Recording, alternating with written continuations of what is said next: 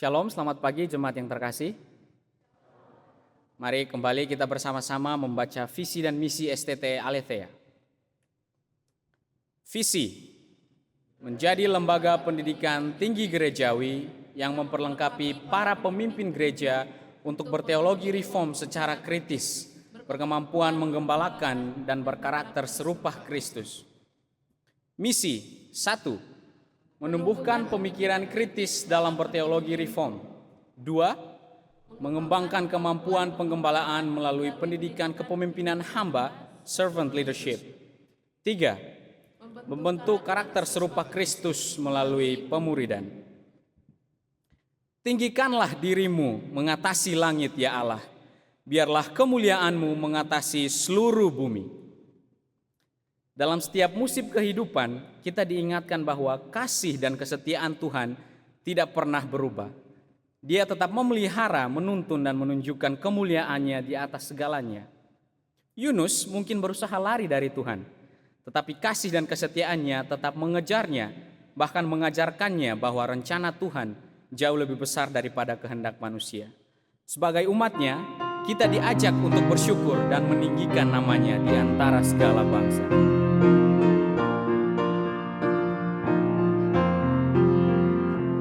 I will give thanks to Thee, O Lord, among the people. I will sing praises to Thee among the nations. For Thy steadfast love is great.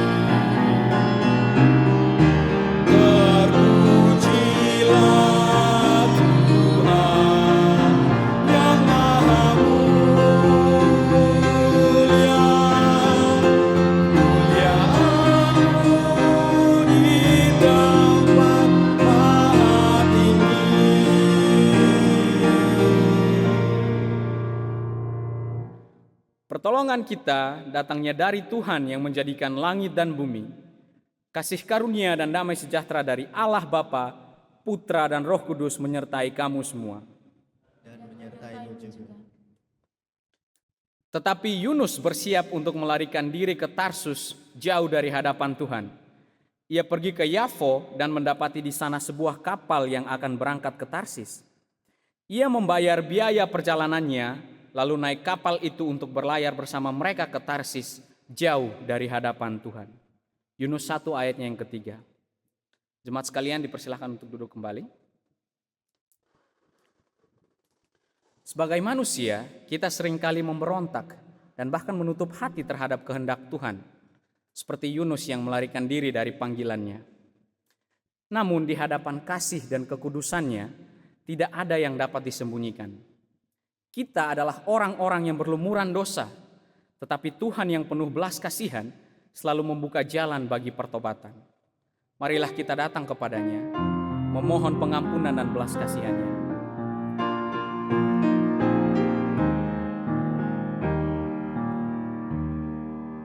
Tuhan,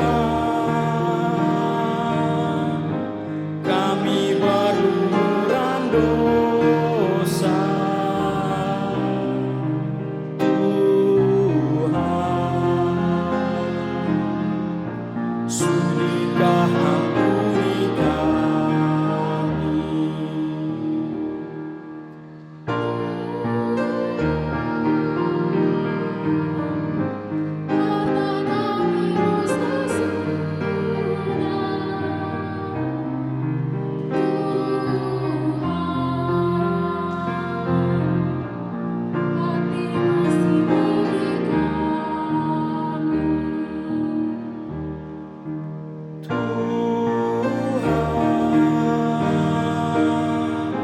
Sudi ampuni mereka. Tuhan, Kau yang Kau perbuatannya. Tuhan, kami berlumuran dosa. Tuhan, sudikah ampuni kami. Firman Tuhan di dalam Yesaya 55 ayat yang ke-6 hingga yang ke-7. Carilah Tuhan selama ia berkenan ditemui. Berserulah kepadanya selama ia dekat. Baiklah orang fasik meninggalkan jalannya dan orang jahat meninggalkan rancangannya. Baiklah ia kembali kepada Tuhan, maka Dia akan menyayanginya, dan kepada Allah kita, sebab Ia memberi pengampunan dengan limpahnya. Mari dengan kerendahan hati kita tunduk, kita mengaku dosa kita di hadapan Tuhan. Tuhan, seringkali hati kami tidak selaras dengan kehendak-Mu. Kami lebih memilih berjalan sesuai keinginan kami sendiri daripada menaati panggilan-Mu. Kami bahkan mudah menghakimi orang lain, tetapi sulit memahami dan menunjukkan belas kasihan seperti yang Engkau ajarkan. Kami cenderung menghindar daripada datang kepadamu di dalam pertobatan, Tuhan. Kami lebih memilih mempertahankan keinginan dan kepentingan kami sendiri daripada menyerahkan hidup kami untuk mengikuti rencana-Mu.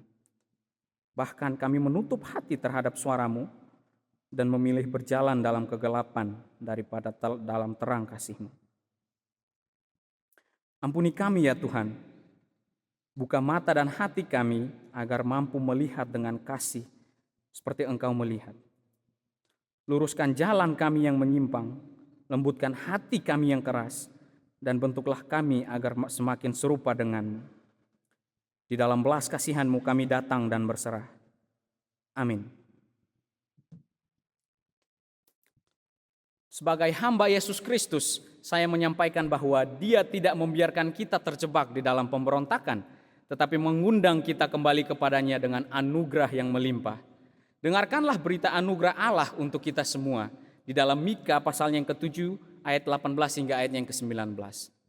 Siapakah seperti Engkau, Allah yang mengampuni dosa, yang memaafkan pelanggaran sisa umat miliknya sendiri, dan tidak bertahan dalam murka-Nya untuk seterusnya, melainkan berkenan menunjukkan kasih setia? Kiranya Ia kembali menyayangi kita, menghapuskan kesalahan-kesalahan kita, dan melemparkan segala dosa kita ke dasar laut yang dalam. Sebagaimana kita telah menerima pengampunan, marilah kita juga hidup dengan hati yang sejalan dengan Kristus. Dengarkanlah firman Tuhan yang membimbing kita dalam hidup yang baru. Di dalam Mika pasalnya yang ke-6 ayat yang ke-8. Hai manusia, telah diberitahukan kepadamu apa yang baik. Apakah yang dituntut Tuhan darimu selain berlaku adil, mencintai kesetiaan, dan hidup dengan rendah hati di hadapan Allahmu?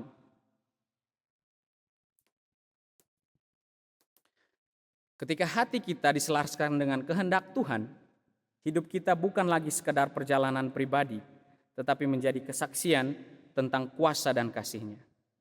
Firman Tuhan akan disampaikan oleh Pendeta Ali Salim. Kita menyambutnya dengan nyanyian Bukti Kebesaran.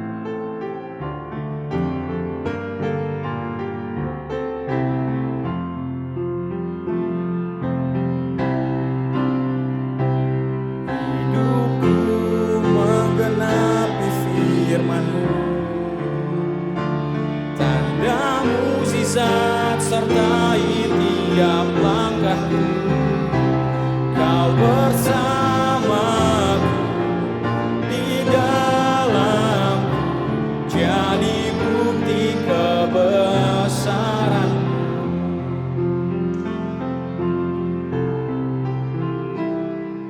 Tuhan, Kau sempurna dalam dan karyamu, ku serahkan hidupku, murnikan dengan Roh-Mu. Hidupku menggenapi firman-Mu, tanda mukjizat sertai tiap langkahku. Kau bersamaku di dalamku, jadi bukti kebesaran-Mu. Hidupku menggenapi firman-Mu, tanda mukjizat sertai tiap langkahku.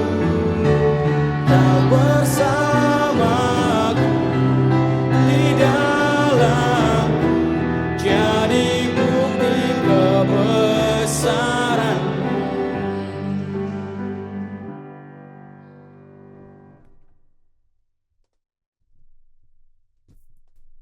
Mari jemaat sekalian kita berdoa.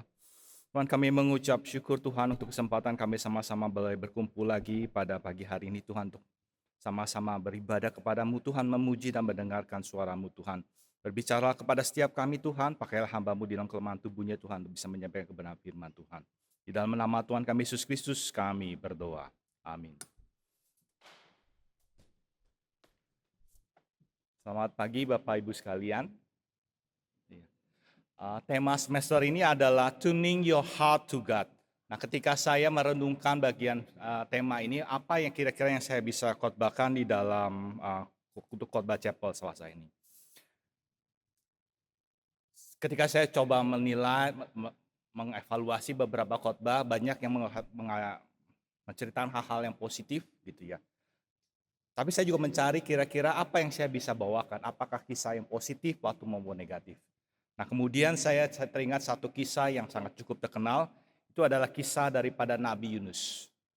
Jadi ketika saya bicara saat ini bicara mengenai Yunus, saya bukan bicara mengenai Bapak Yunus Sutandio, tapi saya berbicara mengenai Yunus, Nabi Yunus yang ada di dalam cerita di dalam Alkitab, cerita di dalam sekolah minggu di mana kita sepertinya kita semua tahu mengenai cerita ini ya.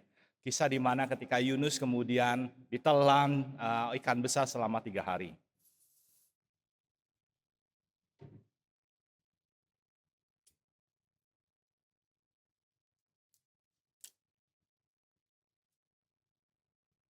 Bisa dibantu slide kedua.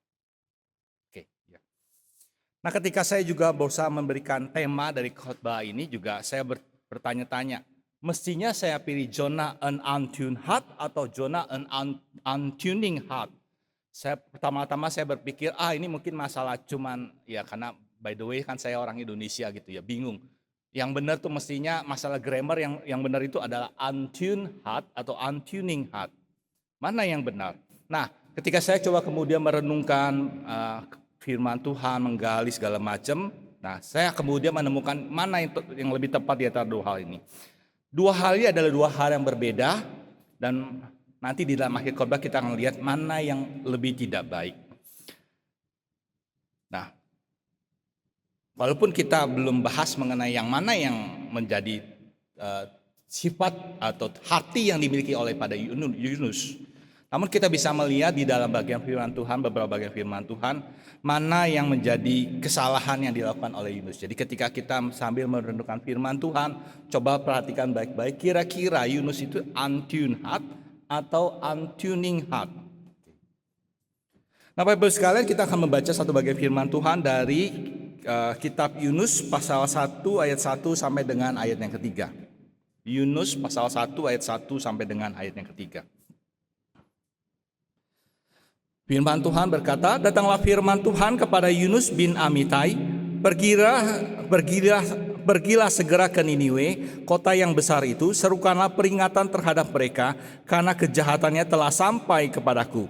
Tetapi Yunus bersiap untuk melarikan diri ke Tarsis, jauh dari hadapan Tuhan. Ia pergi ke Yafo dan mendapati di sana sebuah kapal yang akan berangkat ke Tarsis. Ia membayar biaya perjalanannya, lalu naik kapal itu untuk berlayar bersama mereka ke Tarsis, jauh dari hadapan Tuhan.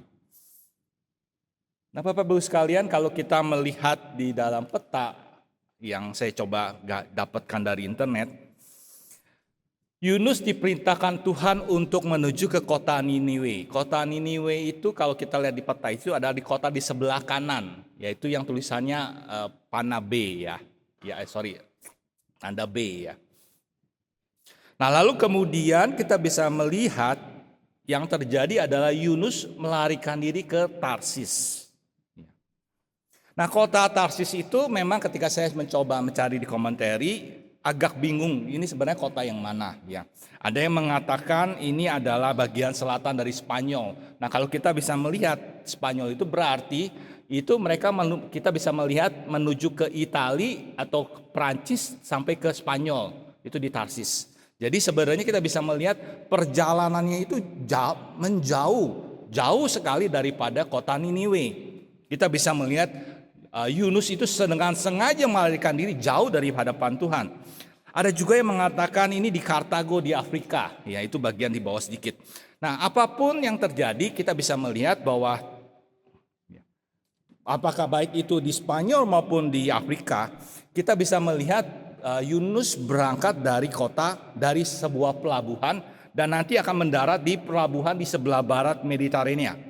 Pelabuhan di mana ini adalah kota besar, kota untuk berdagang. Nah, dari gambar ini kita bisa melihat bahwa Yunus dengan sengaja membangkang perintah Tuhan, disuruhnya pergi ke kanan, dia lari ke kiri, dan bahkan dia pergi ke kiri pun bukan pergi yang lebih dekat ke Mesir misalkan, tapi pergi ke kiri yang paling jauh. Dan kita bisa melihat Yunus dengan sengaja melarikan diri sejauh mungkin dari perintah Tuhan. Dan dari sini kita bisa melihat Yunus adalah nabi yang sebenarnya bandel banget. Nama Yunus itu berarti merpati.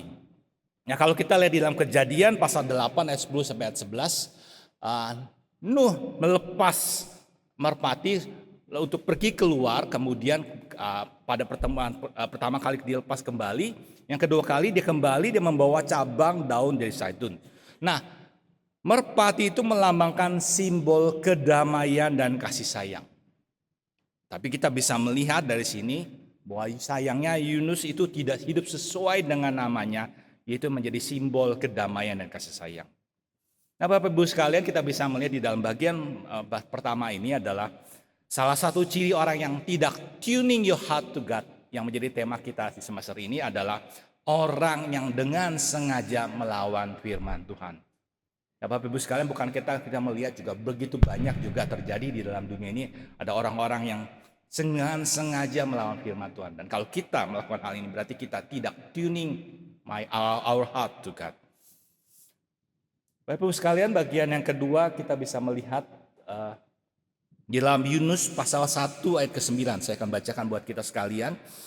Sahutnya kepada mereka, aku orang Ibrani, aku takut akan Tuhan Allah semesta langit yang menjadikan lautan dan daratan.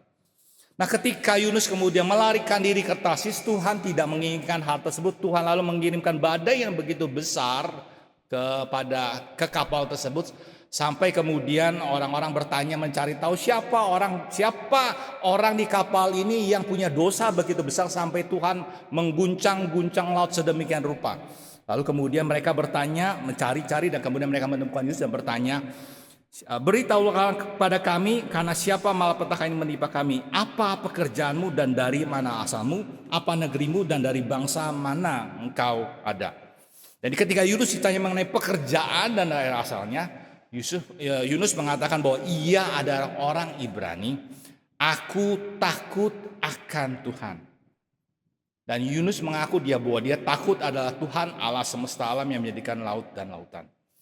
Nah, ketika saya mencoba menggali apa arti aku or our fear of God, takut akan Tuhan. Nah, di dalam konteks Alkitab jelas bahwa orang yang disebut takut akan Tuhan itu adalah orang yang punya respect, yang mempunyai hormat, yang kagum akan kuasa daripada Tuhan Allah dan kekudusannya, yang kemudian membawa orang tersebut untuk taat, rendah hati, dan hidup menyenangkan Tuhan, hidup taat kepada Tuhan.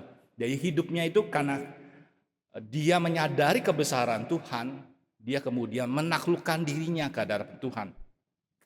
Hidupnya itu diserahkan untuk menyenangkan Tuhan. Jadi bukan takut karena dihukum. Ya. Nah, Bapak Ibu sekalian, kita tahu bahwa Yunus itu hidup di zaman Yerobeam kedua, yaitu raja daripada Israel, putra daripada Yoas. Dia hidup pada zaman di mana raja Israel, kerajaan utara, dan juga rakyatnya juga menyembah berhala, ilah-ilah yang lain. Yunus memang beda dengan yang lain-lain. Yunus tidak ikut serta di dalam penyembahan berhala. Yunus memang setia dalam hal ini menyembah Tuhan. Ya. Tapi Bapak Ibu sekalian, kita bisa melihat bahwa ada sedikit kegeeran di dalam hal ini. Yunus merasa dirinya setia pada Tuhan karena dia tidak menyembah yang lain, menyembah ilah-ilah lain seperti orang sebangsa. Namun pertanyaannya adalah, apakah Yunus respect, hormat, dan kagum kepada Tuhan sesuai dengan definisi fear of the Lord? Apakah Yunus taat dengan rendah hati dan hidup menyenangkan Tuhan? Yunus berani mengatakan dirinya dia takut akan Tuhan. Namun sebenarnya dia menyadari bahwa dia itu dengan sengaja melawan perintah Tuhan. Apakah dengan kondisi seperti itu dia layak mengatakan dia itu adalah takut akan Tuhan?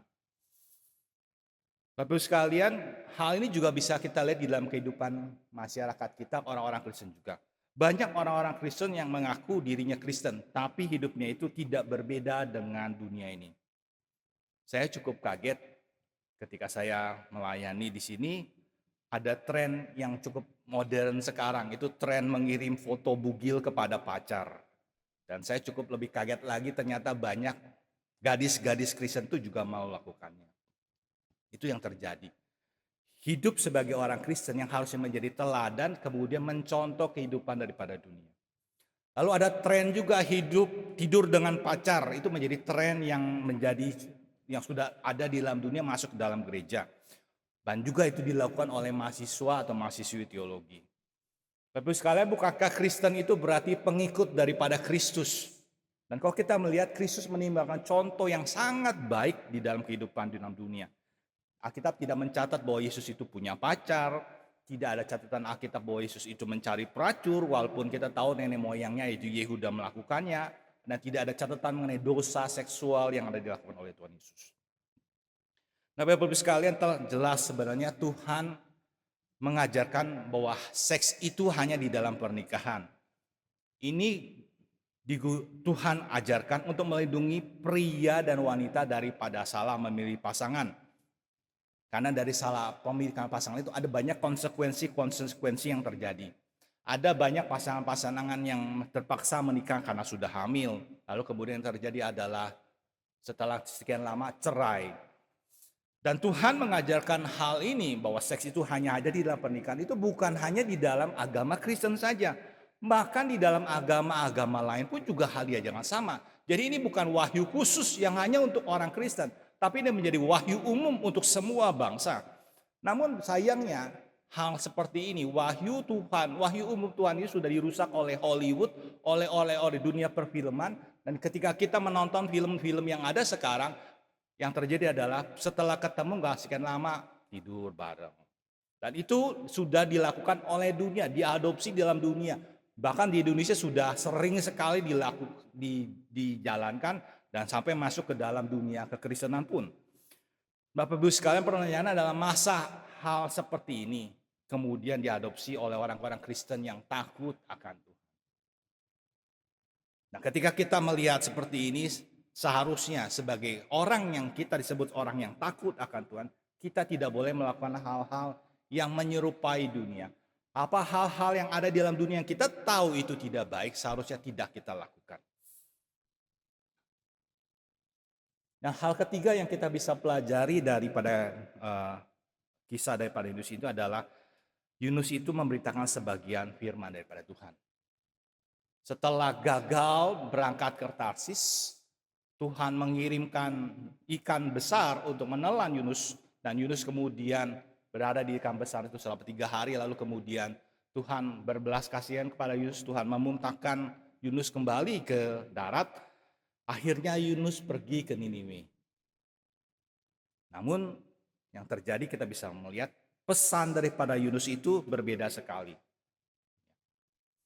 Yunus memberikan pesan 40 hari lagi Niniwe akan dijungkir balikan. Itu pesan yang diberikan oleh pada Yunus. Nah, ketika saya membaca di sini dan kemudian saya membaca tafsiran juga, ada satu hal yang kurang sebenarnya.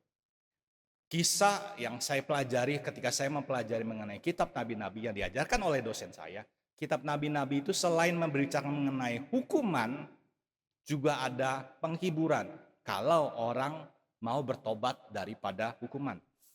Dan ketika kita melihat pesan daripada Yunus ini, tidak ada indikasi atau petunjuk apapun selain dari penghukuman Tuhan. Tidak ada panggilan untuk bertobat, tidak ada panggilan untuk meninggalkan Allah-Allah palsu di dalam berita Yunus kepada kota Niniwe. Tidak ada instruksi bahwa Tuhan mau mereka bertobat dari kejahatan mereka. Padahal jelas maksud daripada Tuhan mengirim Yunus ke kota Niniwe adalah memperingati bangsa Niniwe supaya mereka bertobat dari segala kejahatan mereka. Pesan yang sebagian ini tidak ada. Ya. Pesannya hanya ada judgment, penghukuman. Pesan untuk bertobat tidak ada. Berita negatif itu memang seringkali dikumpulkan oleh nabi-nabi. Itu pesan nabi-nabi yang memang itu sebabnya menjadi seorang nabi itu bukan suatu hal yang mudah, karena memberitakan pesan yang tidak enak, tapi pesan positifnya juga harus diberitakan, yaitu memberitakan bahwa ada pengampunan bagi setiap orang yang mau bertobat. Dan kita bisa melihat di sini Yunus hanya memberitakan sebagian daripada firman Tuhan. Makanya disebut di dalam slide kita itu disebut half truths, setengah dari berita kebenaran. Firman Tuhan itu sudah dikorupsi oleh Yunus dengan tujuan apa? Maksud Tuhan tidak terjadi. Dia hanya berharap ketika dia memberitakan mengenai 40 hari Niniwe akan dijungkir balikan, sudah tetap orang tidak ada ajakan untuk bertobat sehingga tidak terjadi pertobatan. Itu yang diharapkan oleh pada Yunus. Nah, Bapak Ibu sekalian, kita juga bisa melihat melihat hal di sini khususnya bagi kita sebagai seorang rohaniawan atau mungkin kita sebagai anak-anak Tuhan, seringkali kita juga memberitakan itu hanya setengah dari firman Tuhan. Ada banyak orang yang mau mencari aman dengan hanya memberitakan sebagian. Memang berbeda dengan Yunus. Yunus memberitakannya apa adanya, ya, berani, tapi tetap setengah kebenaran, dan saya mau mengaplikasi ini di dalam setengah kebenaran yang juga yang dilakukan oleh orang sekarang itu adalah orang-orang yang tidak berani memberitakan mengenai hukuman Tuhan. Nah, Bapak Ibu sekalian, ini adalah ciri daripada orang yang tidak tuning your heart to God.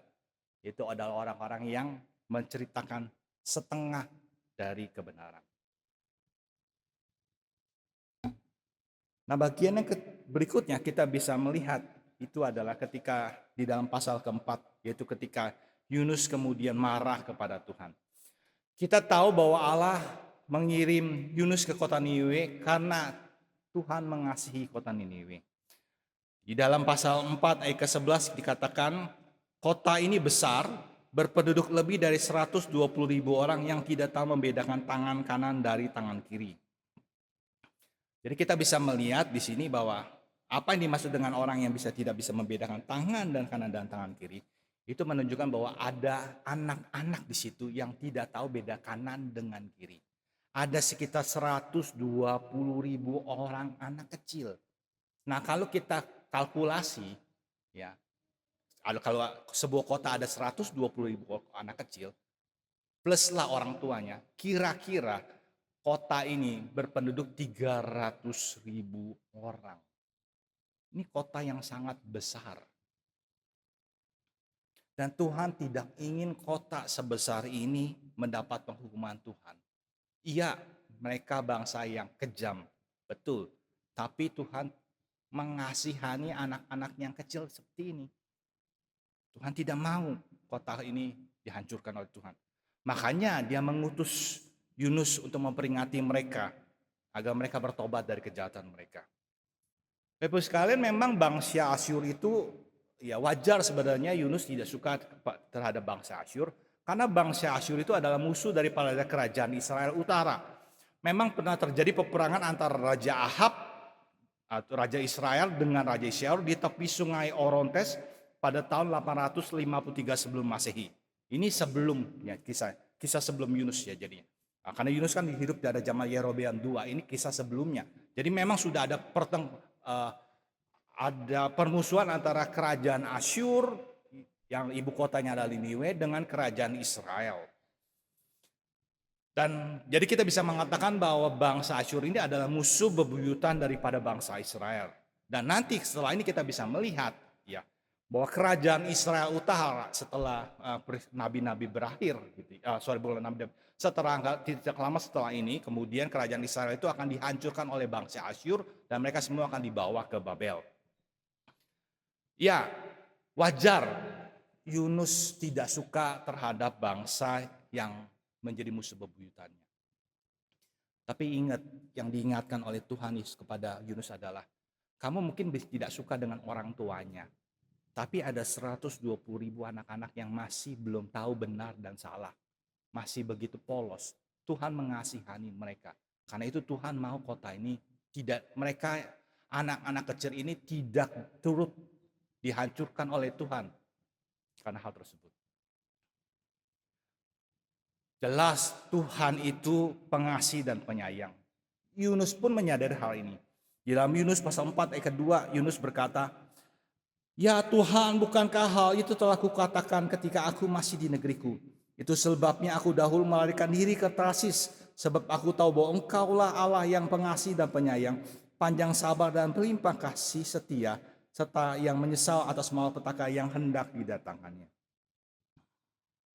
Jadi Yunus sudah tahu kalau dia memberitakan berita ini ke kota Niniwe, dia tahu tujuan daripada pengiriman dirinya dia untuk supaya bangsa Niniwe bertobat. Dia tahu bahwa akan ada pertobatan.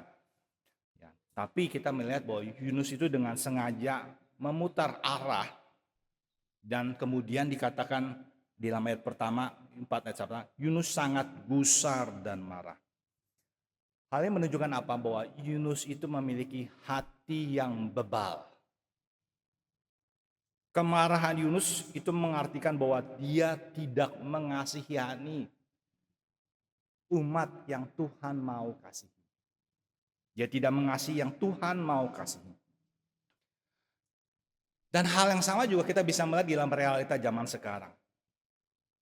Baru beberapa hari yang lalu saya lagi melihat di YouTube ada satu cuplikan gitu ya. Dosen melecehkan mahasiswi. Saya nggak sempat klik gitu. Tapi saya melihat memang terjadi ada dosen-dosen yang seharusnya mengasihi mahasiswanya, mengasihi mahasiswinya, kemudian melecehkan mereka. Lalu saya juga melihat ada satu sekolah negeri yang seringkali jam pelajaran kosongnya ada. Pertanyaan adalah kemana gurunya? Dan kita bisa melihat ada dosen-dosen atau guru yang suka absen mengajar karena mengerjakan proyek-proyek yang lain yang menghasilkan keuntungan lebih besar, yang menghasilkan uang lebih besar daripada gaji yang mereka dapatkan. Karena itu mereka sengaja kemudian bolos untuk mendapatkan penghasilan yang lebih. Juga ada orang-orang yang tidak mengasihi Tuhan yang Tuhan mau kasih. Para pendeta-pendeta yang membenci bau domba-dombanya. Dia sebagai gembala, dia nggak suka dengan problem-problem, masalah-masalah yang dihadapi oleh domba-dombanya. Nah, Bapak Ibu sekalian, jemaat sekalian, kalau hal ini terjadi, bagaimana kondisi jemaat? Bagaimana kondisi kasihan jemaat yang ada? Kasihan murid-murid, kasihan mahasiswa-mahasiswi. Kalau para pemimpinnya seperti ini. Nah, ini yang kita bisa lihat dari apa yang kita lihat dari kehidupan daripada Yunus. Nah, karena itu kemudian ketika saya melihat di sini, kemudian saya putuskan bahwa Yunus ini bukan untuned heart, tapi untuning heart. Untune itu berarti tidak pas, tidak senada. Tapi untuning itu berarti dia menggeser hal tersebut. Nah, Bapak Ibu sekalian, ketika saya pulang, kan saya sempat seminggu berangkat balik gitu ya. Saya coba ukulelenya. Ya, kemudian ketika saya coba, ya pasti yang terjadi ini semua senarnya sudah untune gitu ya, sudah berubah. Lalu gimana caranya untuk sebuah alat musik yang untune ini menjadi tuning kembali? Ya gampang. Di zaman sekarang kita tinggal buka aplikasi, ya. Kemudian tinggal dibuka, ya. Kemudian kita tinggal cari aja nada yang fals, misalkan ini fals. Nah, saya tuning.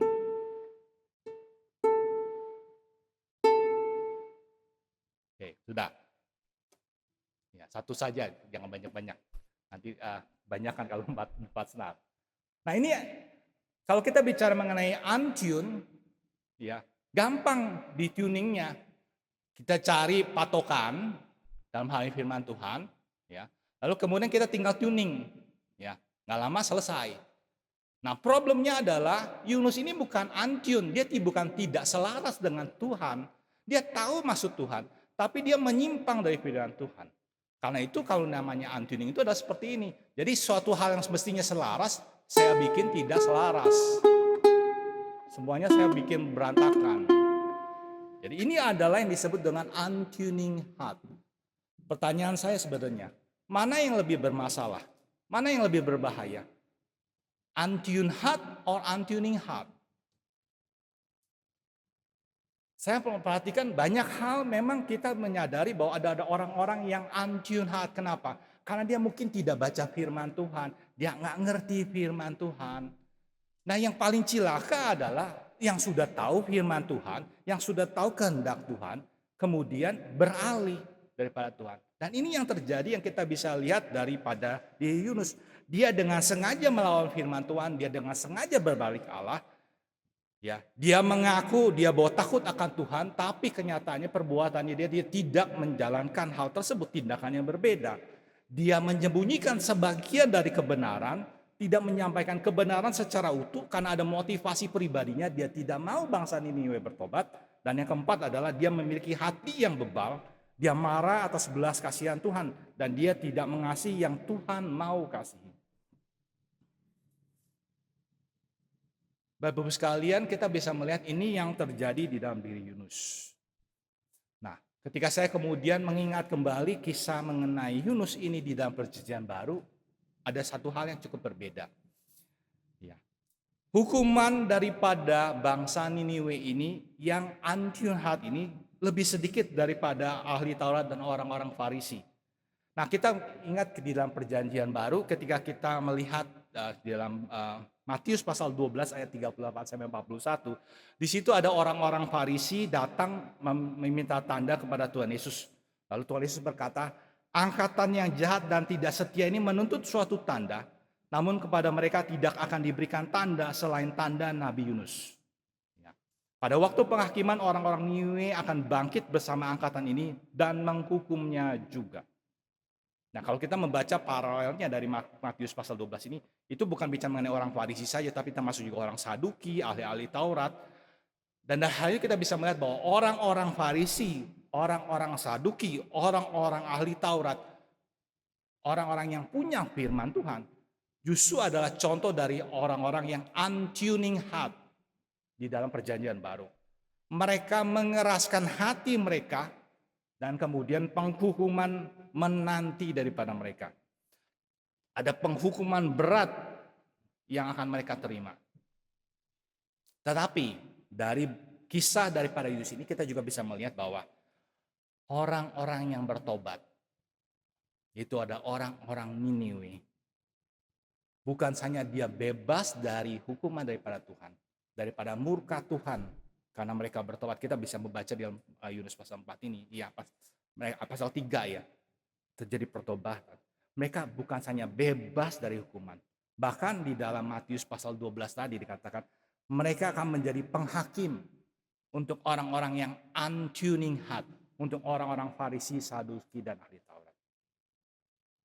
Karena itu berita positif seperti ini, kalau kita memang mau menjadi orang-orang yang tidak untuning heart, ini adalah suatu hal yang baik buat kita sekalian.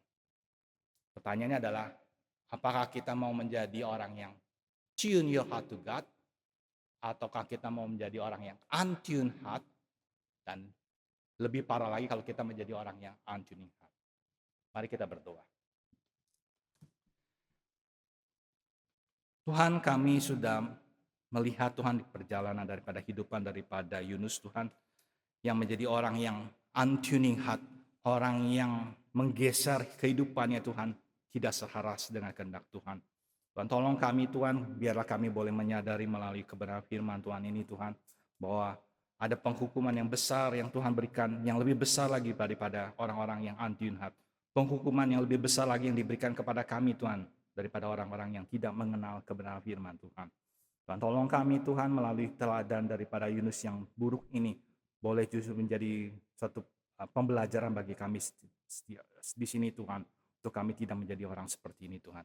Terima kasih Bapa di surga, di dalam nama Tuhan kami Yesus Kristus kami berdoa. Amin.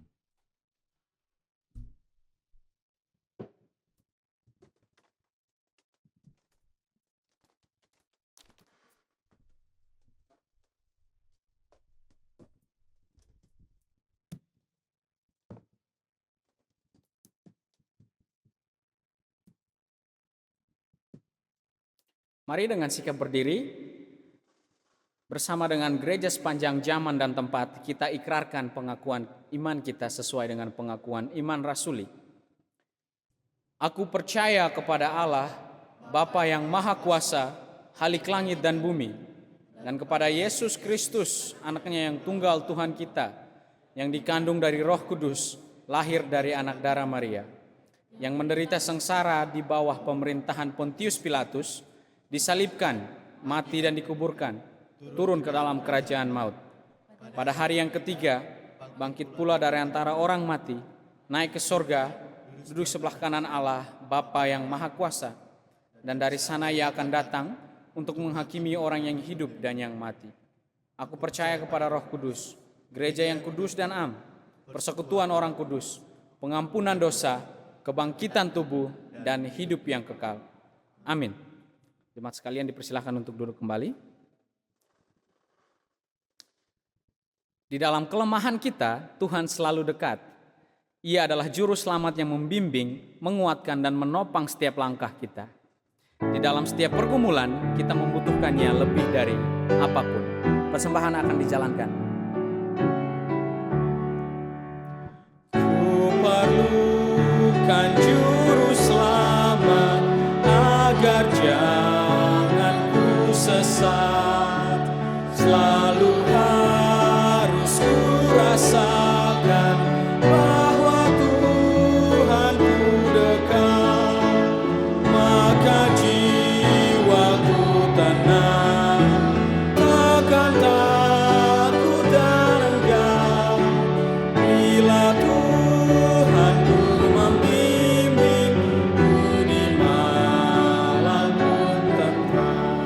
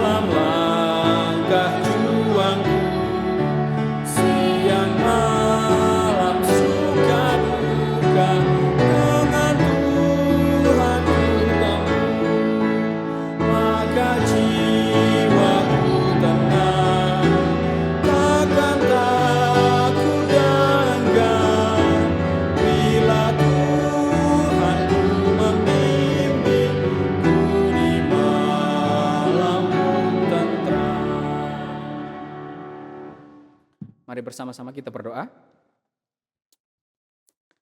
Bapa yang Maha Kasih, kami bersyukur Tuhan atas kasih dan pemeliharaan-Mu yang nyata. Engkau setia di dalam hidup kami. Engkau tidak pernah membiarkan kami berjalan sendiri. Pada saat ini Tuhan, sebagai wujud syukur dan pengabdian kami sudah mempersembahkan sebagian dari berkat materi yang telah Engkau berikan kepada kami. Kiranya persembahan ini berkenan di hadapan-Mu dan Engkau bisa pakai untuk memperluas kerajaan-Mu serta menolong mereka yang membutuhkan. Ajar kami ya Tuhan, bukan hanya memberi dengan tangan tetapi juga dengan hati yang penuh kerelaan dan kasih. Ya Bapa, kami juga bersyafaat bagi bangsa dan tanah air kami Indonesia. Di tengah berbagai tantangan yang kami hadapi, bencana alam yang melanda beberapa wilayah, banjir, tanah longsor, dan juga kekeringan Tuhan, kami berdoa kiranya Engkau yang memberikan pemulihan bagi para korban, dan Engkau memberikan kebijaksanaan bagi para pemimpin di dalam penanganannya. Kami juga berdoa Tuhan bagi situasi ekonomi yang sulit.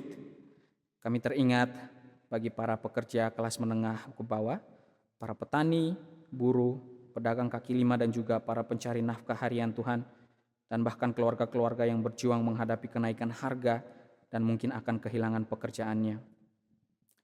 Kami teringat nilai tukar rupiah yang melemah, membuat harga barang juga semakin mahal dan mungkin akan memperparah kondisi ekonomi rakyat. Kami mohon Tuhan, nyatakan belas kasih-Mu atas bangsa ini. Kami mohon berikan hikmat kepada pemerintah dan pihak yang berwenang untuk mengambil langkah-langkah yang adil dan tepat demi menstabilkan ekonomi, demi menjaga ketersediaan bahan pokok, dan juga ya Tuhan menjamin kesejahteraan masyarakat kecil. Kami berdoa biarlah keadilan dan kepedulian menjadi dasar setiap kebijakan yang diambil. Kiranya Engkau sendiri yang menyediakan, Engkau membuka jalan bagi kehidupan yang lebih layak Tuhan. Tuhan, kami juga teringat pada saudara-saudari kami seiman di berbagai tempat yang hidup dalam tekanan, hidup di dalam diskriminasi, bahkan penganiayaan karena iman mereka kepada Kristus. Kiranya Engkau menguatkan mereka di dalam pengharapan yang teguh. Kiranya Engkau memberikan perlindungan dan keberanian untuk tetap setia. Kami berdoa juga bagi mereka yang saat ini berada di dalam masa-masa sulit, mereka yang sedang sakit dan berjuang untuk sembuh, mereka yang sedang mengalami pergumulan secara mental dan juga emosional, mereka yang merasa putus asa sendiri ataupun yang tertolak. Kiranya Roh Kudus-Mu sendiri yang menghibur dan menopang mereka. Bapa yang baik, kami juga berdoa secara khusus bagi Sekolah Tinggi Teologi Aletheia, tempat kami belajar, bertumbuh, dan diperlengkapi untuk melayani Engkau Tuhan. Kami sangat berterima kasih untuk setiap dosen, staf, dan seluruh sivitas akademika yang Engkau pakai menjadi alat-Mu di dalam membentuk para mahasiswa. Di tengah skala tantangan dalam dunia pendidikan teologi masa kini Tuhan, baik dari sisi finansial, perubahan zaman, maupun tantangan spiritual, kami berdoa Tuhan agar Engkau sendiri yang terus menopang, Engkau sendiri yang memberkati STT Aletheia agar tetap setia pada kebenaran firman Tuhan dan tetap menjadi pelita bagi gereja dan bahkan bagi bangsa ini Tuhan. Kami juga memohon Tuhan, tolong kami agar hidup kami tidak menutup hati dan telinga terhadap suara Tuhan. Bentuklah kami menjadi pribadi, bentuklah kami menjadi anak-anak-Mu yang rela dan juga taat memiliki kepekaan rohani. Arahkan hati kami untuk tidak hanya berfokus pada diri sendiri, tetapi juga terbuka untuk dipakai sebagai saluran kasih dan berkat bagi sesama. Di dalam nama Tuhan Yesus Kristus kami sudah berdoa. Amin.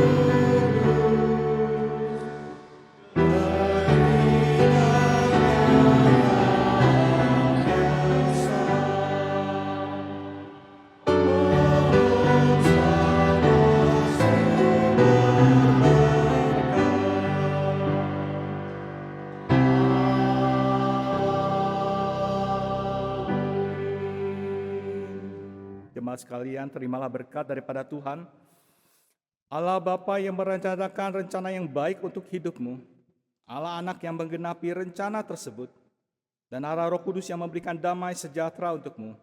Allah Tritunggal itu akan menolong kita semua menyerahkan hati kita dengan kehendak Tuhan dari sekarang sampai selama-lamanya. Amin.